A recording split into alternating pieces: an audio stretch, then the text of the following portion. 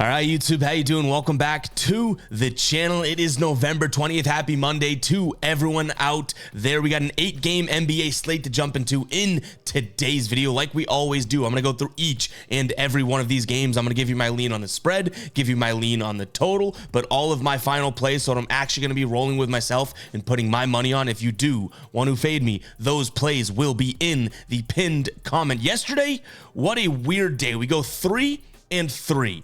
Now we made money. It was profitable. So this is a non-warranted cha-ching because we made 0.04 units, not 0.4 units, 0.04 units, much thanks to the plus 120 same game parlay we hit with the Kings and the Mavs, with the Sixers covered for us, the Thunder covered for us, both of those easy, and then also that same game parlay like I just said. But we had these Sixers and Nets over, that finished just under, and then these next two, Pacers and Nuggets. What was I doing? What were they doing? Two of, I guess you can at least say for the Pacers for sure, worst game of the season. Nuggets, not their best performance either. So two bad looks there. And I said it on yesterday's video. I was like, I feel like there's a lot of trap games today. Wouldn't you know it? We got bear trap, lobster trap. It was tough, but still 3 and 3. 0.04 units of profit. So if you're a $100 sports bettor, you made $4 yesterday, which is not all that much. You're not putting food on the table there, but we'll take the profit. I shouldn't cry over profit, right? In terms of our ride of the day, this one cashes with ease coming in from ZY here. Tyrese Maxey over 2.5 3-pointers made. He says easy money. Tyrese Maxey goes 6 of 11, I believe, but 6 3-pointers made. So you know what? That warrants a legitimate cha-ching. So shout out to ZY here for the ride of the day. If you guys do want to be the ride of the day, all you got to use is hashtag ride of the day in the comments. I'm jumping on board with one person's pick, and then you guys got a shout out in the next video, win or loss. FYI, I am traveling to the West Coast for the next week or so, so the videos may look a little bit different, less editing. We're still going to try our best to get the videos out, but I don't know if we'll do shorter videos or, you know, different looking videos. So just wanted to give you guys that FYI. But let's go ahead and jump into game number 1 of today's slate. We got a weird one here, and you might not think it's weird, but I think it's weird. We got the Detroit Pistons taking on the Denver Nuggets here. Both teams coming off of a back-to-back. Pistons getting smoked by Toronto yesterday. They were at Toronto though, but 142 to 113. They return to home here for one game to host the Nuggets. Detroit getting 8.5 points. Well, I should say Denver, like I already mentioned, had a really bad game yesterday, 121 to 109 in a loss. But Detroit, you're getting 8.5 points, and it's really weird. This is a 2 and 12 ball club. They're 6 and 8 against the spread, so they're not all that bad against the spread. The Nuggets, one of the best teams in the league, are only 5 and 8 against the spread. And the Nuggets have struggled at home, 2 and 4 on the road this season straight up. So as crazy as it is, and we're starting the video using the soundboard like you read about, I'm sounding the psycho alert alarm. I like the Pistons plus 8.5 here. Now, I don't know if I have the balls to make this a final play because it's the Nuggets versus the Pistons, right? Like, I get that. And I do think the Nuggets win this game, but I could see this being like a Denver, 116 to the Pistons 112 or something like that.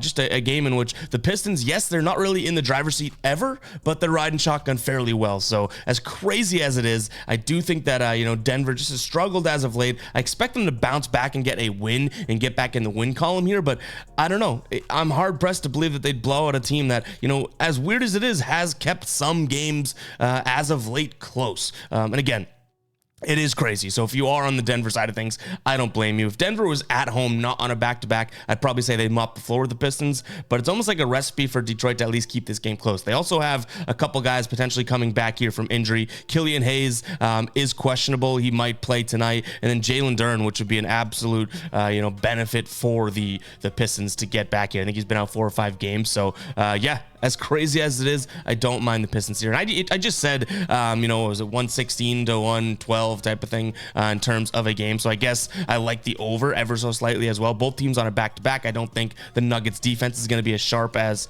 it has been this year. That being said, it also hasn't been as sharp as it has been in the last couple of games, right? New Orleans drops 115 on them, and then you have Cleveland dropping 121 on them yesterday. So if those two teams do that, then Detroit should be able to get near that 110 mark.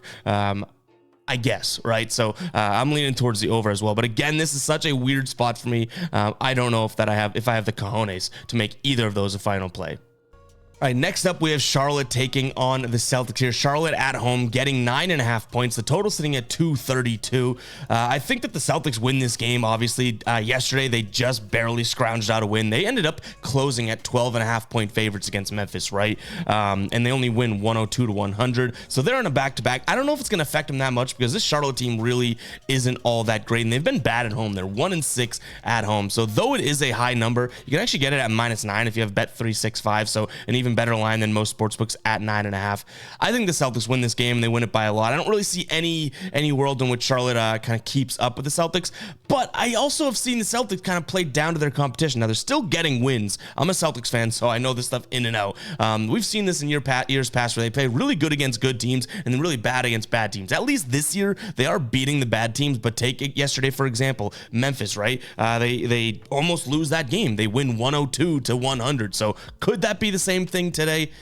Perhaps, but I really see the Celtics winning this one by 10 plus. Yes, they're on a back-to-back, and yes, I even mentioned it in yesterday's video, right? The Celtics have their next game, which is in 2 days, so enough time to kind of decompress, but they're playing Milwaukee next at home, so this could be a look-ahead spot. And though I am obviously leaning Celtics -9 here, I do like to give you guys both sides of the story, so this could be a trap game for the Celtics, but I feel like they don't have two of those in a row. They're talented enough, no one on the injury report as well, so I'm kind of crossing my fingers on that one there. In terms of the total, 232. Now, Charlotte's been in some really high-scoring games this season. They haven't. So have the Celtics. So I think I lean towards the over, but man, I don't want the Celtics offense to kind of get tired out and stagnant like it has been the last couple of games. 108 against Toronto and 102 against Memphis. When they have close games, these games tend to start to dip down into a lower number here. Like the Celtics really are. And I say it's good for basketball and good as a Celtics fan, but for an over, not so much. When they have these close games, the Celtics are really particular about what they're shooting, when they're shooting, and these games start to go slow. So I guess I'm really hoping for that spread to come through as well, because if that's the case, the Celtics should pour it on and we see an over. And that being said, Charlotte's defense, right, not that great. They've actually hit 8 out of their 12 games. They have gone towards the over. So Celtics in the over for me in this spot.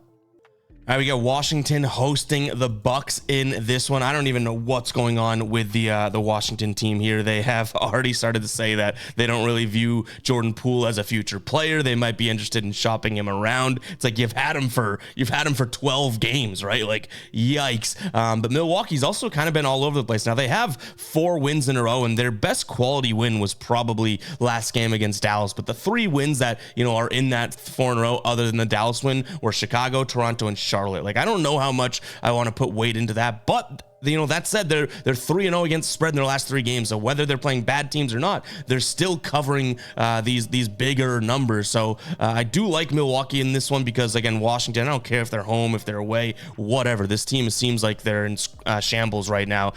Even they're that one of their guys that they thought was going to be a cornerstone piece in Jordan Poole doesn't look like he's going to be there for long. But again, same thing I just said about Boston. Milwaukee should beat this team by double digits. They're laying 9 points here, but do the Bucks look forward and have a look ahead spot to playing in Boston in a couple nights? Like that could be the case. So if that spot's gonna kill us, I guess that spot is gonna kill us. You know what I mean? Like that's gonna be a dagger for both of these leans here, because if that's the case on either side, and that is a real thing in the NBA, but if that's the case, then they're not gonna care as much about Washington. The Celtics won't care much as much about Charlotte. So keep that in mind when you are placing your bets.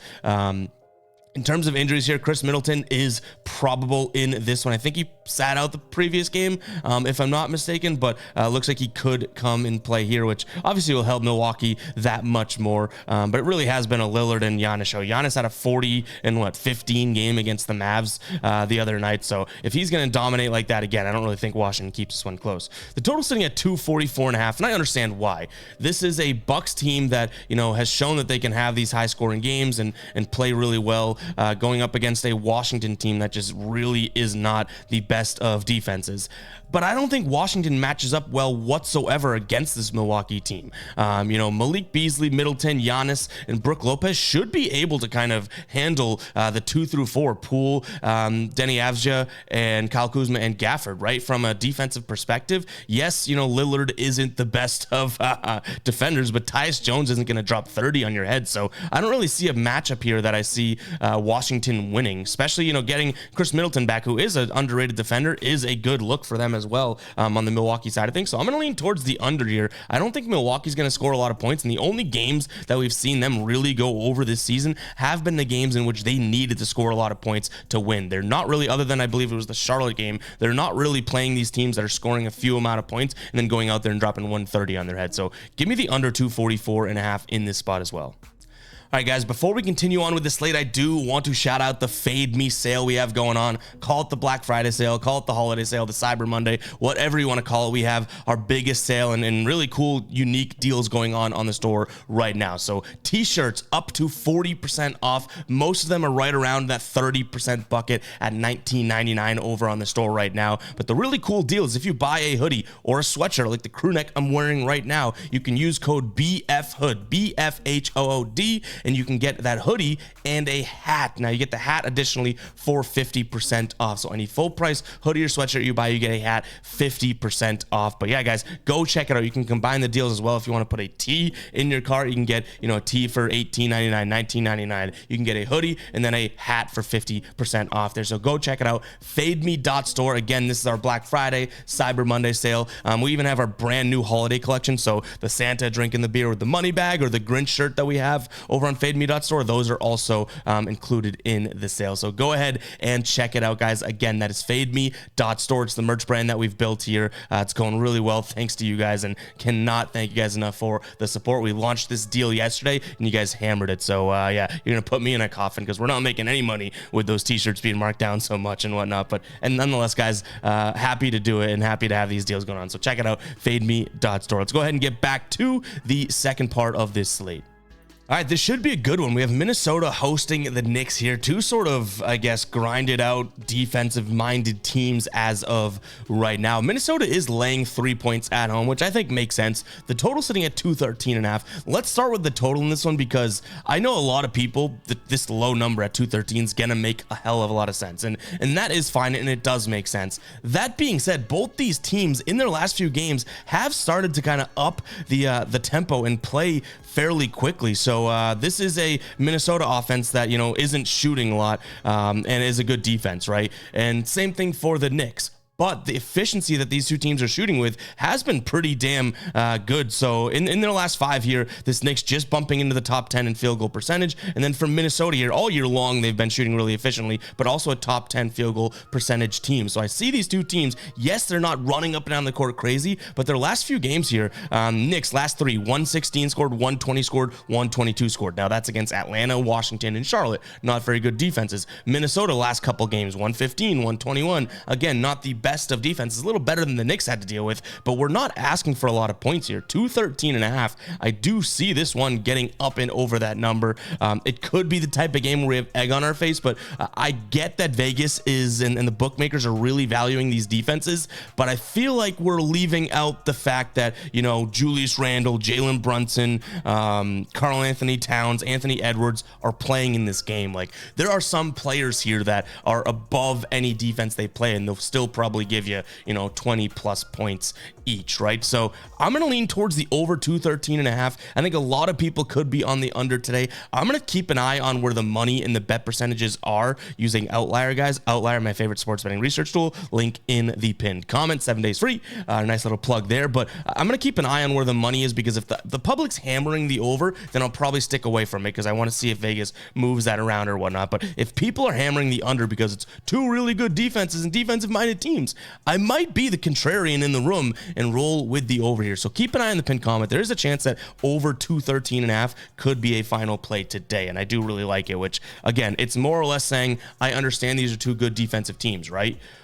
But there's still some offensive players on the side of the ball. Both of these teams in the last 10 games, Knicks have covered it in 6 of their last 10. It's actually 6 of their last 8. In Minnesota, 8 of their last 10 games, they've gone over this 213 line. So that is my lean on the total there. In terms of a spread pick here, this one I will say is a little difficult. The Timberwolves seem to have a little bit more, gusto this season than the Knicks. The Knicks, like I just told you, they have 3 straight wins. They've won 4 of their last 5, but the only test they have really within there was the Celtics, and the Celtics beat them 114-98. So I don't think that this Knicks team has fully figured it out, but they are a good against the spread team. They're 8-3-2 against the spread this year, so we'll see. But I think my favorite play in this game is going to be the over 213.5, but I slightly lean Minnesota minus the 3 points at the house. All right, the Pelicans are hosting the Kings here. Kings coming off of that nice little win against Dallas yesterday, 129-113, but this time they are the team on the back-to-back. New Orleans kept up with Minnesota. They lost 121-120. Honestly, probably should have won that game, to be completely honest, but nonetheless, they've covered 3 games in a row, and they are at home here. I like the Kings in this spot, but I'll tell you what. The Kings are absolutely due for a loss. They've won 6 straight games. Some of the teams they've beat have been good, some have been bad, but they are due for a loss after a high-paced, high-flying game yesterday, 129-113 against Dallas. They get the win as an underdog on the road. I do think that they are due for a loss, so it stinks to say they do have, I think, the Pelicans today in New Orleans, and then the Pelicans again. I don't know if it's probably should have looked that up, if it's in New Orleans or if, they're doing a home and home now in Sacramento. I imagine they're doing what they've been doing in the NBA now for a couple years. It's in New Orleans again. So we'll see this matchup twice.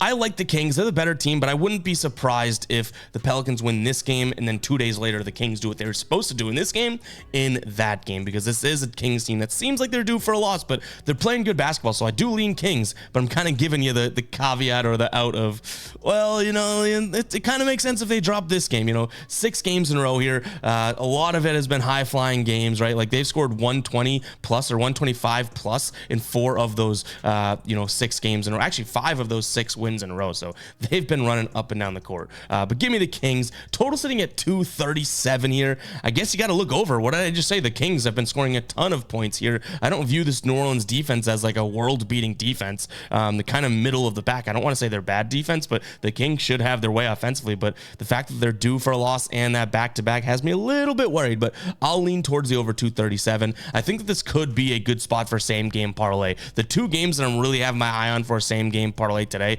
is that Milwaukee and Washington game, as well as this Sacramento and New Orleans game. This is probably the game that we'll just dissect and jump into it, because we've been on fire with those same game parlays this season.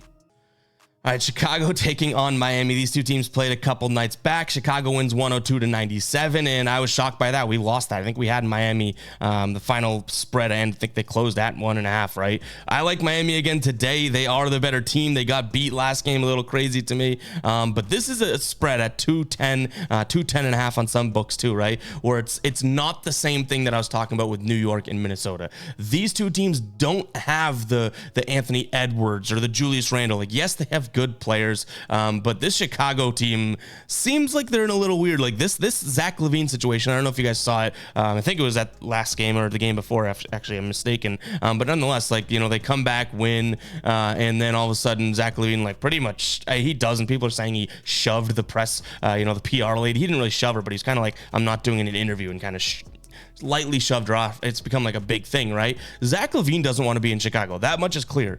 That is arguably their best scorer. I know you can make the argument for DeRozan or Vucevic, but Zach LaVine might be, he probably is their most explosive player. I don't like betting on a team that has one of their guys in absolute disarray and just a malcontent, right? So I'm leaning towards Miami, but Miami hasn't really proven much to me. They're winning games 8-5 in the season, but they're 5-8 against the spread. So it's a little worrisome to bet on them, but again, I like Miami minus 1.5. Now this total 210.5, like I started to say, one of those guys, that Anthony Edwards of the team type of thing, is pissed off. He's mad. He doesn't really seem like he's engaged. I don't think that they have the sort of explosion on either side of the ball here to confidently bet this over. Now it's the lowest total that we've seen in this season to date, which, obviously taking the under on that could be a little crazy, but last time out 102-97, like I think I lean towards the under, as crazy as that is. San Antonio hosting the Clippers here. No major injuries to note for I almost said the Los Angeles Angels. For the Clippers, San Antonio, Devin Vassell is questionable or doubtful in this one. He sat out the last couple here. What I will say is this Clippers team is obviously the better team. We can start there. They're yet to get a road win. they're yet to win on the road here, and they're 8.5-point favorites here. That should be a little worrisome if you are, taking the Clippers in this spot. Now, the one thing that I will say is this is a Clippers team that hasn't had the easiest of schedules on the road. Their last couple games here, let's go back to their last four: Denver, Dallas, Brooklyn, New York. Like, this isn't an easy road schedule, but I am I like the idea that the Clippers lose and whatnot, because I don't like the way the NBA is with the teams and the players having so much leverage, and a guy can just go play with his friends and all that. Not that's exactly what happened with Harden going there, but having four former MVP-esque all-star caliber all-NBA players in the same team at the same time is a little annoying to me. But this is a different Clippers team on the road than it is at home. That being said, this is and I hate to say it, but this is, all the Wembanyama fans out there are going to kill me, this is a bad San Antonio team. They need to learn how to play with him. He needs how to learn how to play in the NBA. Popovich needs to coach him up. There's a lot of needs that need to happen before we can trust the San Antonio team. So it's a big number. I guess I lean towards the Clippers. This could be a spot in which they get their first road cover or road win. But I wouldn't be surprised if the San Antonio Spurs, keep this game close. I just don't really see it happening all that easily. The total sitting at 230.5 right now. This is such a bad San Antonio defense that, and yes, their offense has scored a decent amount of points some games, but they're allowing a crazy 125 per game. The league average is 113. So they're allowing the most points per game to opposing teams.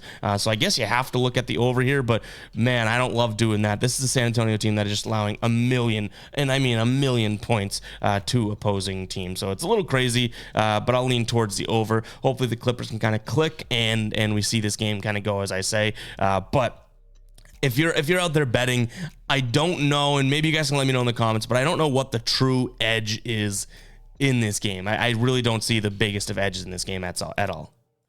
All right, Houston keeps the cover train going last night. In their last 8 games now, they're 7-0-1 against the spread. The only one they didn't cover was a push against the Pelicans 5 games ago or so. Golden State here, they've been kind of up and down this season, but they've been down as of late. Now, their last few games, Denver, Cleveland, Minnesota, OKC, have not been the easiest of schedules, but they're playing pretty damn poorly. Steph Curry's on and off the injury report, but he's not on the injury report tonight. Draymond Green is still suspended, but it's worth noting that Steph should be good to go, right? Like, this is finally a game in which he should be fully healthy. He played 40 minutes last game. I think he had 26 points. I could be mistaken there. 26 points. So he looked like he was back. Andrew Wiggins went off for them there, but still they weren't able to prevail in that spot against OKC. So this is a weird spot. You have a red hot Rockets team, no pun intended, with the Rockets being hot and soaring. And then the Golden State Warriors are absolutely ice cold,